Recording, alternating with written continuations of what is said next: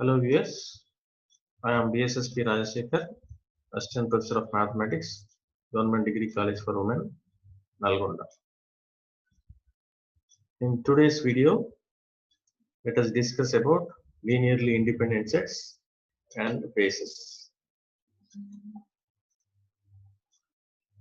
This is our class map.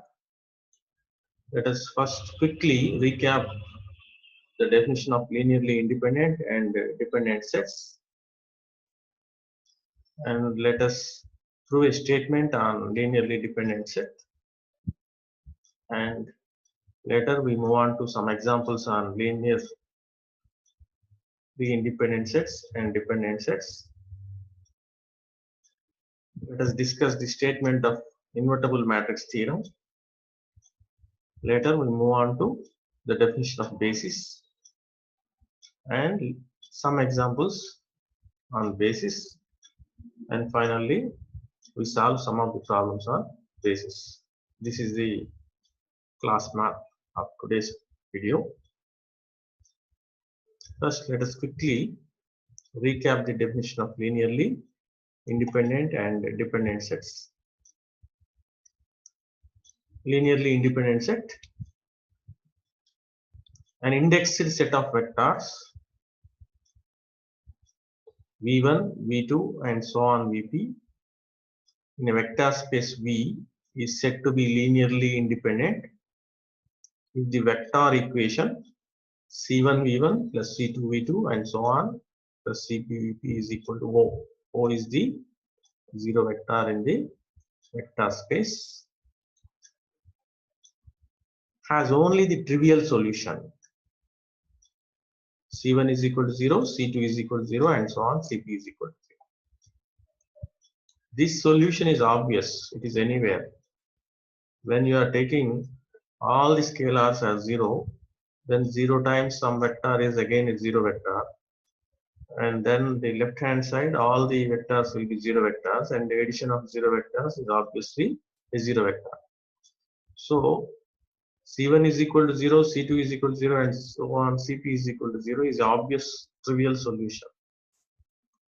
If there is no other solution than this, for this relation C1 V1 plus C2 V2 and so on, Cp Vp is equal to O, then we can say that the vectors involved in this one V1, V2 and so on Vp are linearly independent.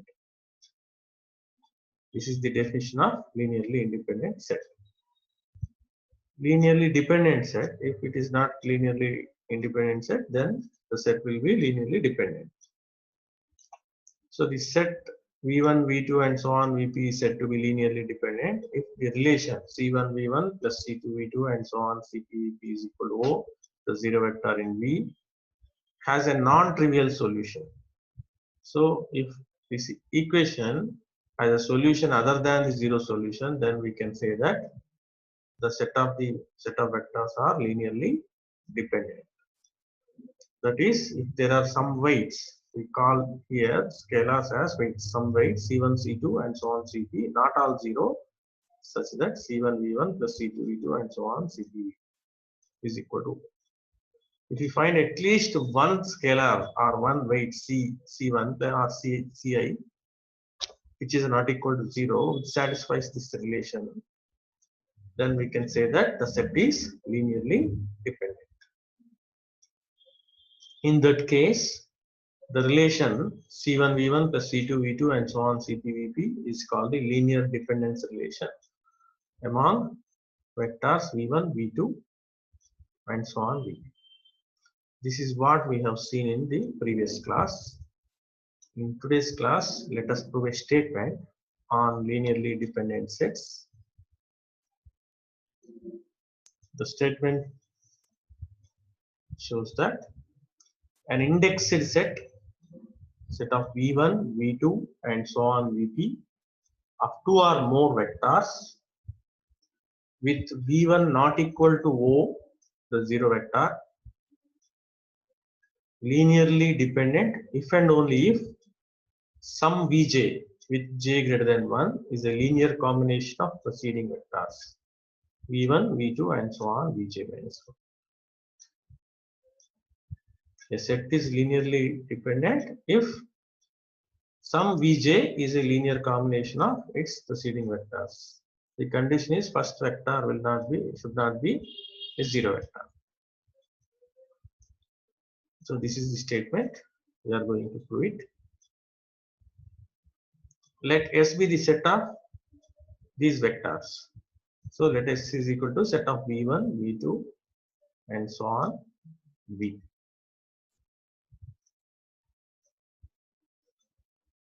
If some Vj in S is a linear combination of preceding vectors V1, V2, and so on Vj minus 1. So let us assume that some vector is a linear combination of preceding vectors, and we prove that this set is linearly dependent. So if Vj is a linear combination of preceding vectors, then Vj can be written like this. Vj is equal to C1 V1 plus C2 V2 plus so on plus Cj minus 1 Vj minus 1. Since it is the linear combination of all these preceding vectors. For some scalars C1, C2 and so on Cj minus 1.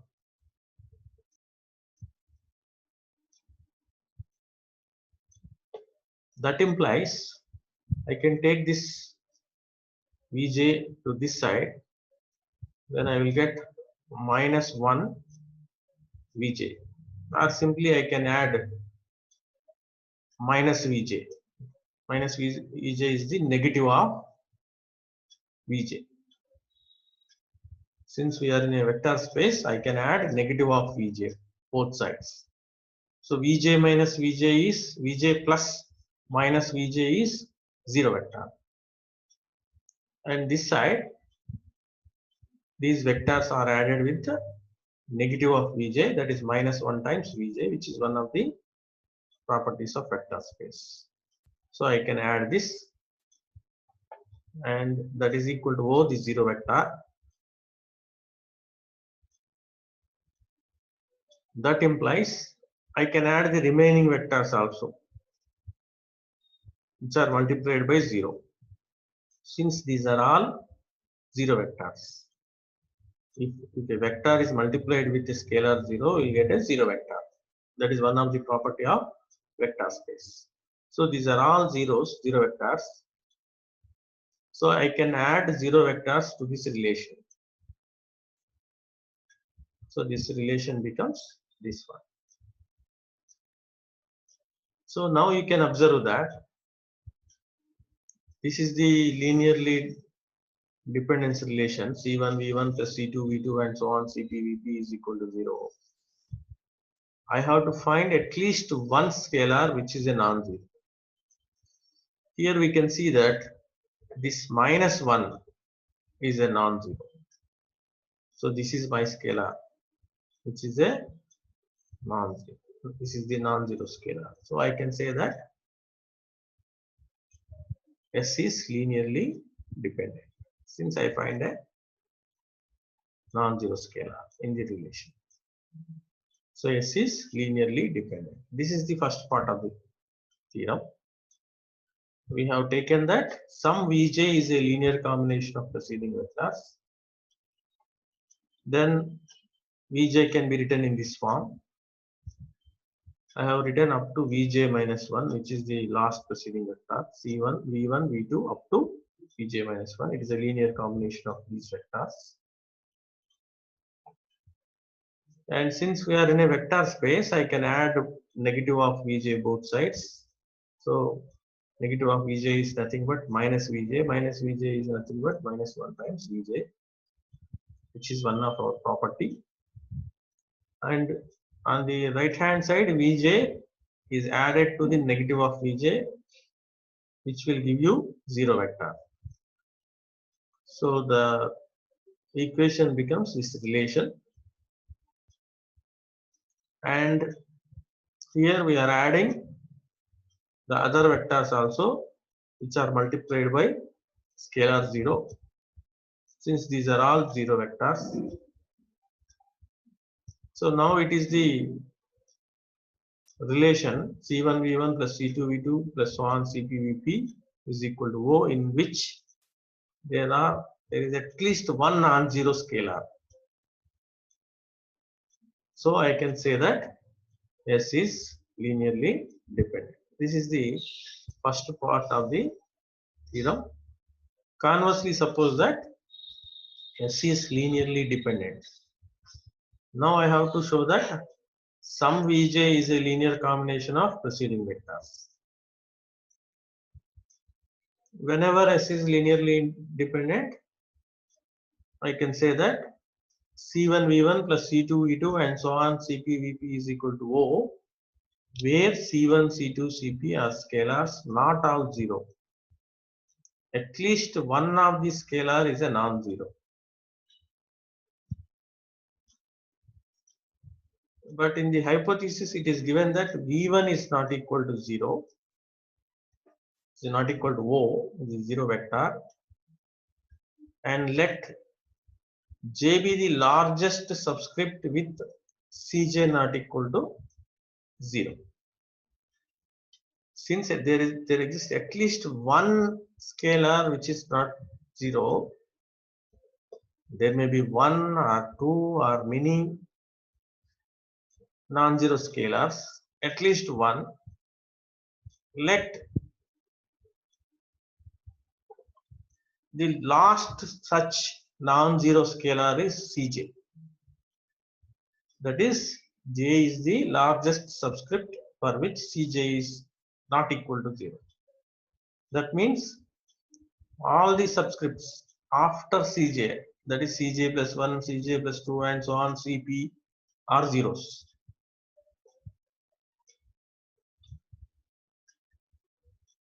If J is equal to 1, that means there is only one scalar which is not 0. Then C1 V1 is equal to 0. Since remaining all zeros, this equation reduces to C1 V1 is equal to O, 0 vector. That implies C1 is equal to 0. Since V1 is a non-zero vector, it is given in the hypothesis. It should not be a 0 vector, but the result is 0 vector. That will happen only when the scalar is 0. So this implies C1 is equal to 0, a contradiction which we have, the contradiction for the chosen J.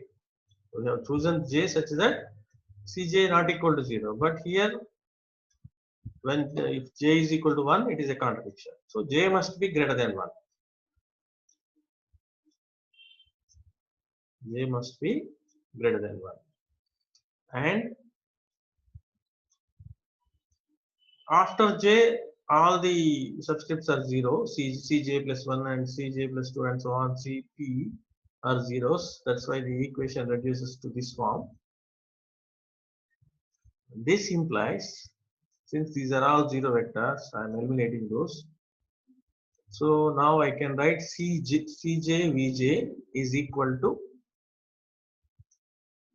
minus C1 V1 minus C2 V2 and so on minus Cj1 Vj1. We have already seen that negatives of a vector can be written as minus 1 times that vector.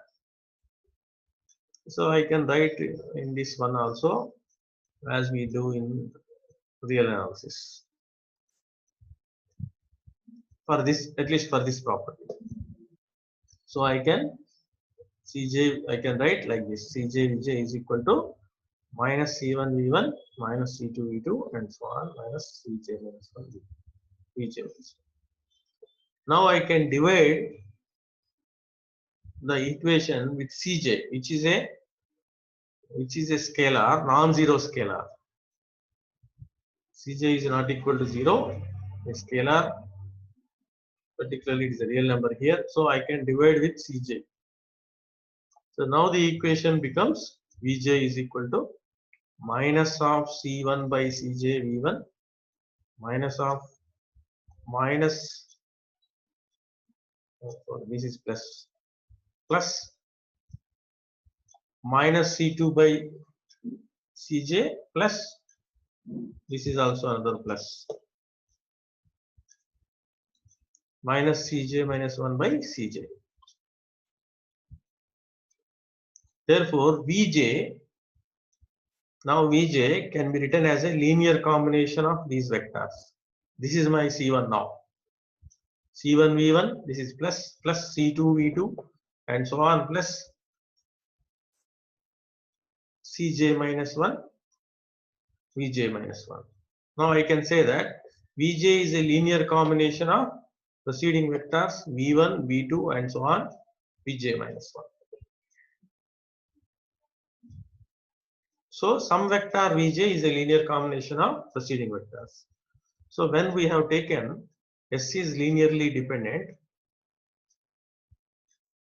we proved that some vector Vj, j greater than 1, is a linear combination of preceding vectors. So this completes the second part of the statement. So now we can say that whenever S is linearly dependent and V1 is not equal to 0, some vector of that set is a linear combination of preceding vectors and vice versa. Let us look into some of the examples.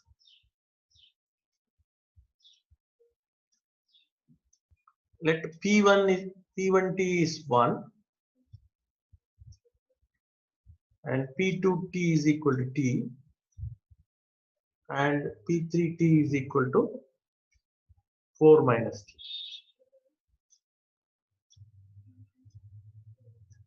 Then P1, set of P1, P2, P3 is linearly dependent in P.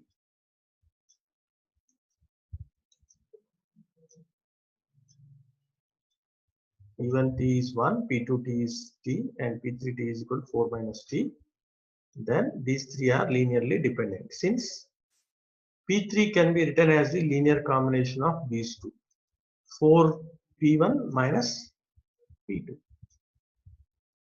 Since P3 is a linear combination of preceding two, we can say that this set is linearly dependent. This is one more example.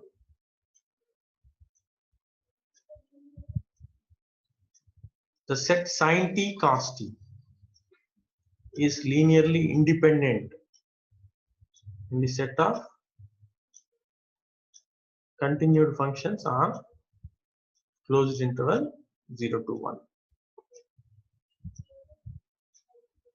So it is a subset of continued functions on closed interval 1.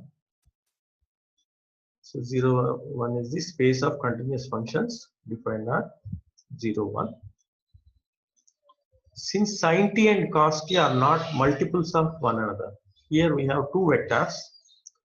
If a set of two vectors is linearly dependent, then one is multiple of other.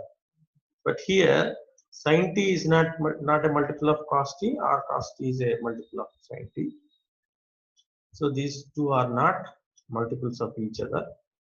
So I can say that there is no scalar c such that sin t is equal to c cos t for all t belongs to closed interval 0 to 1.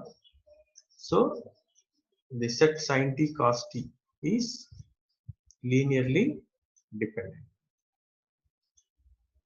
linearly independent.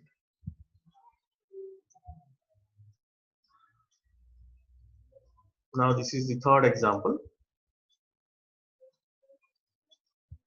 The set sin t cos t sin 2t is linearly dependent. Here I can write sin 2t is equal to 2 sin t cos t. One is a scalar multiple of other. So here my c is 2. So one is a scalar multiple of other. So we can say that this set is linearly dependent. whereas sin t and cos t are linearly independent since there is no c such that sin t is equal to c cos t. But sin t cos t and sin 2t are linearly dependent. So these are some examples on linearly dependent and independent sets. Let us look into the statement of invertible matrix theorem, which will be in matrix theorem theory, which is useful to us in our future endeavors. So this theorem states that let A be a square n by n matrix. Then the following statements are equivalent.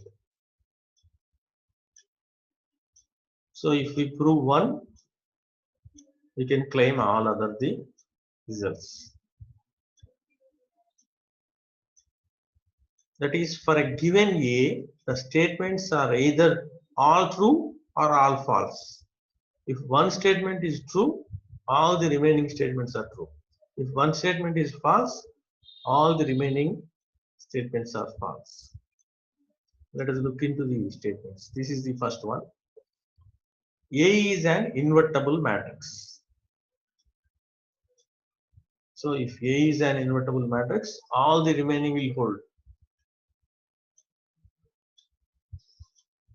This statement is equivalent to A is row equivalent to the n by n identity matrix. So whenever a matrix A is invertible, we can convert that matrix into an identity matrix by using elementary row operations. And vice versa. Every identity matrix is invertible, of course.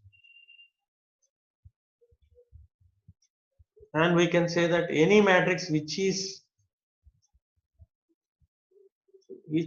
can be converted into the identity matrix by using elementary row operations is invertible. That is also one more consequence of these statements. And this is the third one. A has n pivot positions. So in an identity matrix,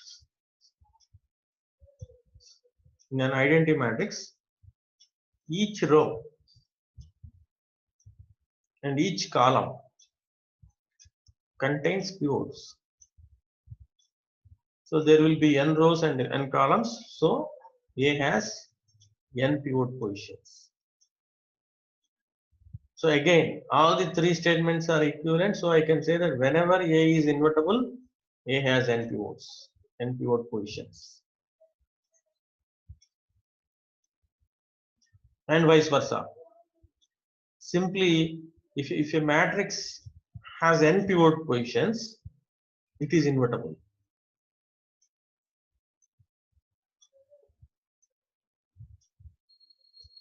And this is one more interesting point. The equation Ax is equal to O, here O is null matrix, zero matrix or null matrix, has only the trivial solution. So it represents a system of homogeneous equations. So whenever A is invertible, the system of homogeneous equation has only the zero solution and no other solution. So if a system of homogeneous equations has a trivial solution, a non-zero solution, then the matrix represented by the system A is not invertible. And you can't find n pivot positions in that matrix. And you can't convert that matrix into identity matrix. All these are consequences of this theorem. So if you find n pivot positions in a matrix, there will be no solution other than zero solution. for the homogeneous equation which is represented by that A.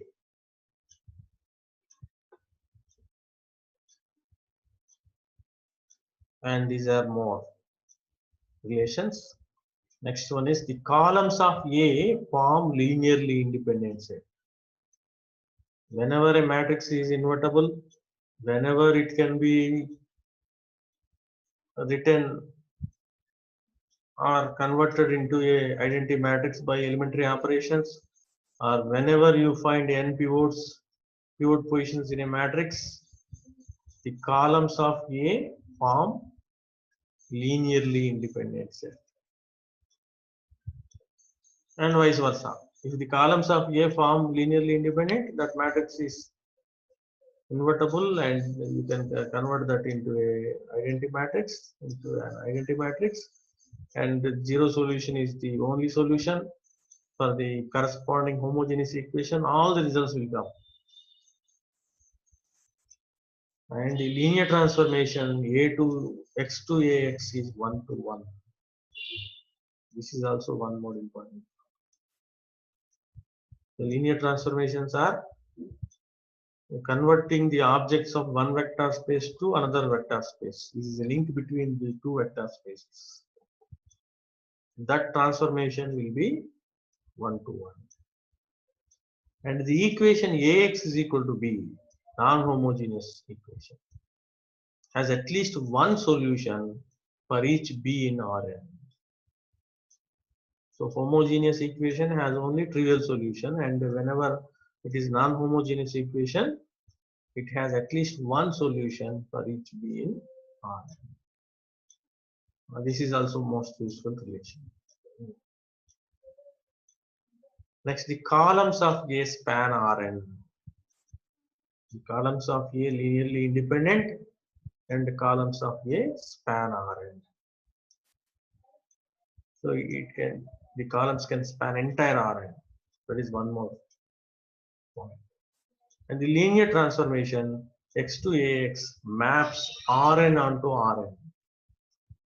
When columns of A span Rn, the domain is Rn, and codomain is also, it maps entire Rn. And there is an n by n matrix C such that Ca is equal to I. Since it is invertible, I can multiply, I can get an inverse, left inverse, so that I can get Ca is equal to I. Similarly, right inverse, I can find a right inverse such that Ad is equal to I. And finally, its transpose is also invertible. A transpose is also invertible matrix. So all these statements are equivalent. If we get any one of these statements, you can get the results of all the remaining. We can use the all the remaining properties. So that is the advantage of this invertible matrix theorem, which we will use in problems hereafter. One more important concept is basis.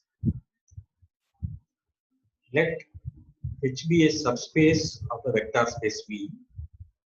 An indexed set of vectors V is equal to set of V1, V2, and so on Vp in V is a basis for H if the following two conditions are satisfied.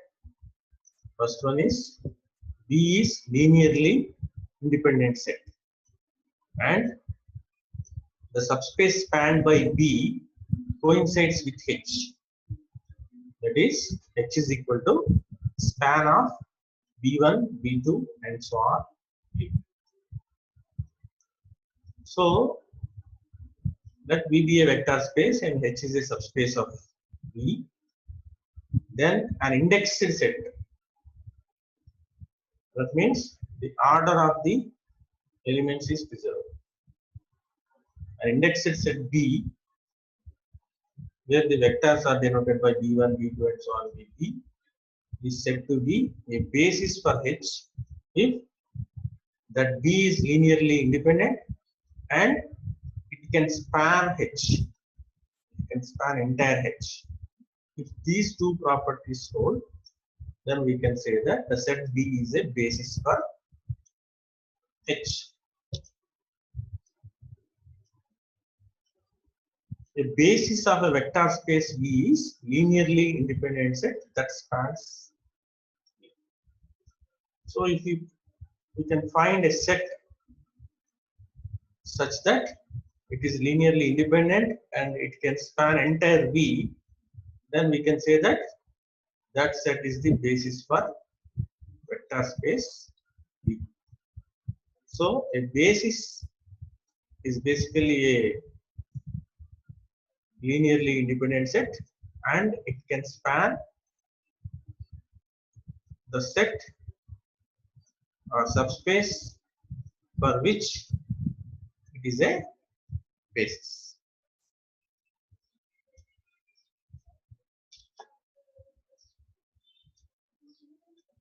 Then the columns of A form a basis for Rn.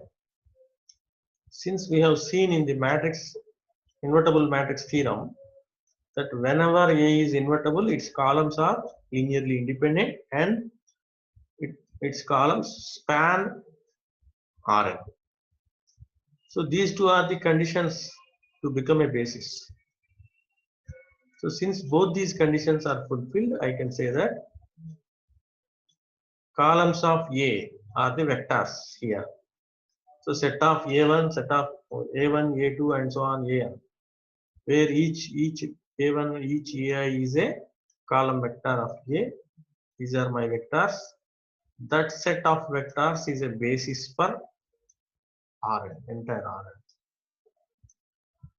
Whenever A is an invertible matrix of n by n. So any invertible matrix of n by n can be taken as a basis for Rn.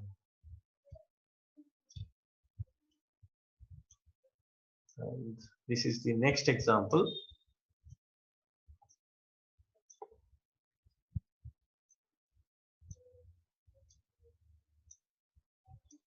Let E1, E2 and so on En be the columns of the n by n identity matrix In. In is nothing but 1 0 0 0 0 0 and so on, 0 1 0 0 0 and so on. In the last row 0 0 0 1. That is the identity matrix of nth order. That is E1 is equal to, E1 is 1 0 0 0 0. This is first column. E2, this is second column. 0 1 0 0 0 and so on. En is equal to 0 0 0 1 0 1. This is En. If I have denoted the columns of an n by n identity matrix as E1, E2 and En, this set, the set of E1, E2 and so on En is a basis, of course. This basis is called the standard basis for R. In the earlier example, we have seen that any n by n matrix, any matrix A which is invertible with order n by n is a basis for Rn. Here In, of course, is invertible.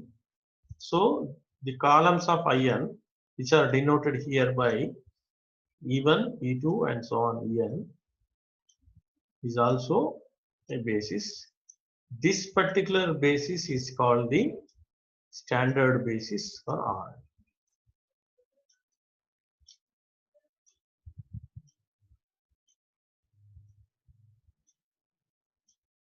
Let us look into example number 3. Let V1 is equal to column matrix 3 0 6. V2 is equal to -4 1 7 and V3 is equal to -2 1 5. Determine if set of V1, V2, V3 is a basis of R3. So let us form a matrix using these three vectors. Let A is equal to matrix of V1, V2, V3, that is equal to matrix of 3 minus 4 minus 2 0 1 1 6 7 5. Let us check whether it is an invertible matrix or not. Since it is a 3 by 3 matrix, it is easy to check whether it is invertible or not by finding determinant of the matrix. Then det A is equal to 3 times 5 minus 7, minus of minus 4 is plus 4, 5 minus, sorry, 0 minus 6, that is minus 6, minus 2 times 0 minus 6, that is minus 6. So this is equal to 3 times minus 2 minus 6 minus 24 plus 12 minus 30 plus 12, that is minus 18, which is not equal to 0. So det A is not equal to 0. So A is invertible. If A is invertible, we can conclude that these three vectors form a basis for R3. That these three vectors form a basis for R3. Now let us compare these two, linearly independent sets and linearly dependent sets. Or sometimes we compare basis and not a basis. For a base, the definition is, if we say that a set is a basis for some vector space W, that set must be linearly independent and it should span that W. So these two properties must be there. One, that set must be linearly independent, and next, that set should span that entire space. Whenever it is not a basis, we can observe that if a set is not a basis for some space, either linearly dependent set, either that may be linearly dependent set, or it does not span the set. It does not span the subspace, that subspace. If any one of these two statements is true, then we can say that that is not a basis for that particular W vector space or subspace. If it is a basis, these two conditions must be fulfilled. Let us look into the next point. The rectangular matrix A m by n has pivot in every row.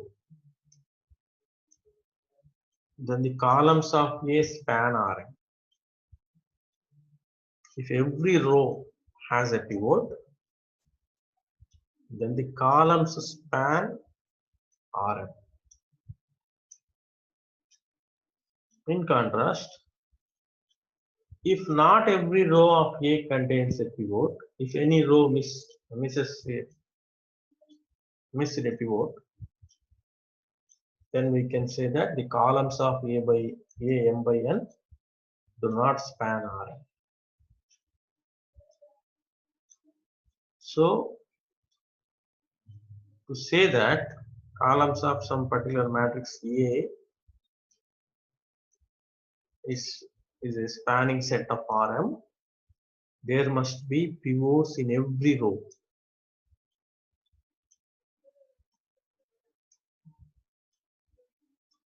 Similarly, in the case of a single vector, we can say that that is linearly independent if V1 is not a zero vector.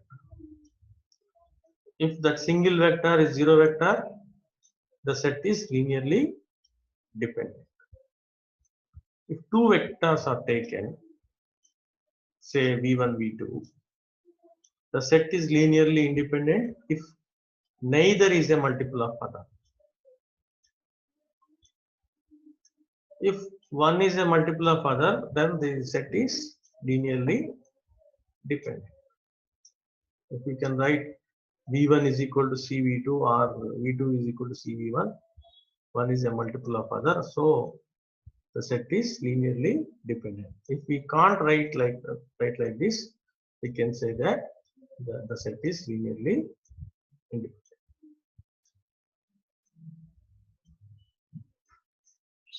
And if we take more vectors, v1, v2, and so on, vp are linearly independent if and only if the relation c1, v1 plus c2, v2, and so on, cp, vp is equal to o has only the trivial solution. c1 is equal to 0, c2 is equal to 0, and so on, cp is equal. So the relation has only trivial solution, that is zero solution. We can say that the set is linearly independent. If you find a non-zero solution or non-trivial solution, we can say that the set is linearly dependent. And we have seen this theorem also. In this case, if the set is linearly dependent, we can say that some vector of this set is a linear combination of preceding vectors.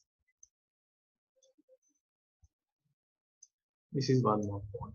Another point is that linearly independent set does not contain zero vector. So if you are saying that a set S is equal to V1, V2, and so on, Vp is linearly independent, there will not be any zero vector in those P vectors. If you find a zero vector in the vectors of a set, then it must be linearly dependent. So if a set S contains zero vector, then it is linearly dependent.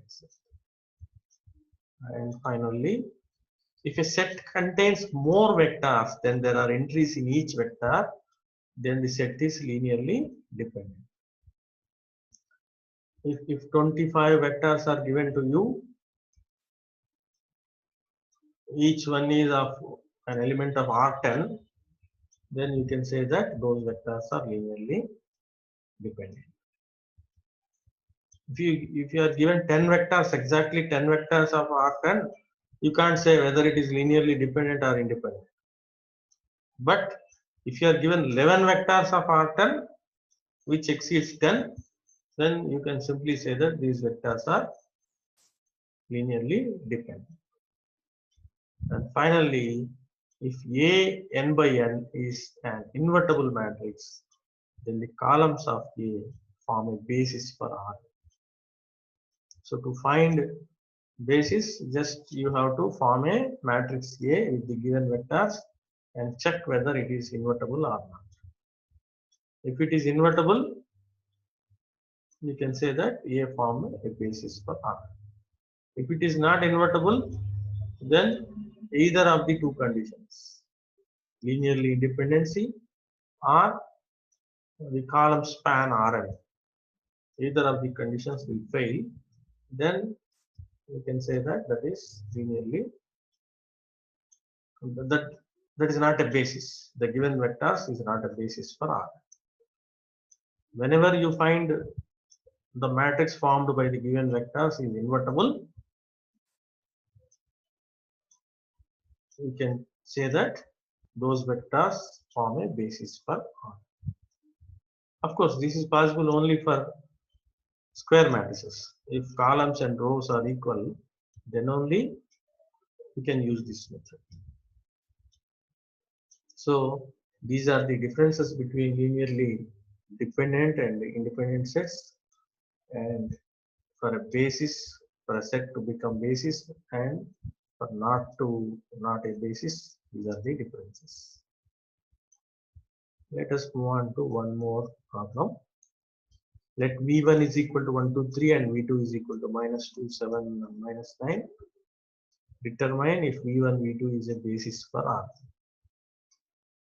So if you form a matrix with these two, V1 and V2, this is A. By using row operations, this can be converted into this one. Now you have only two pivot positions, this 1 and this 3. There is no pivot in the third row. So the columns cannot span R3. Since there are only two vectors, it cannot span R3. So if it cannot span R3, we can say that these vectors cannot form a basis for R3. So another one with the same vectors is a basis for R. Earlier we have seen that the V1, V2 is not a basis for R3. Now let us check whether V1, V2 is a basis for R2. But V1 or V2 are not entries of R2. In R2 there will be only two entries, two rows while writing it in the form of a matrix. Here V1 and V3 contain three elements. These two are elements of R3 but not R2. So V1, V2 are not in R2. If the elements are not in a particular space, you can't produce a basis for those. So they can't possibly a basis for R2, but they can form a basis for a set spanned by V1, V2, which is a subspace of R3. The spanning set of V1, V2, we have already seen that it is a subspace. So since these two are linearly independent, one is not a multiple of other. So we can say that V1, V2 form a basis for this set span of V1, V2, which is a subspace of R2, but not it is a basis for R2.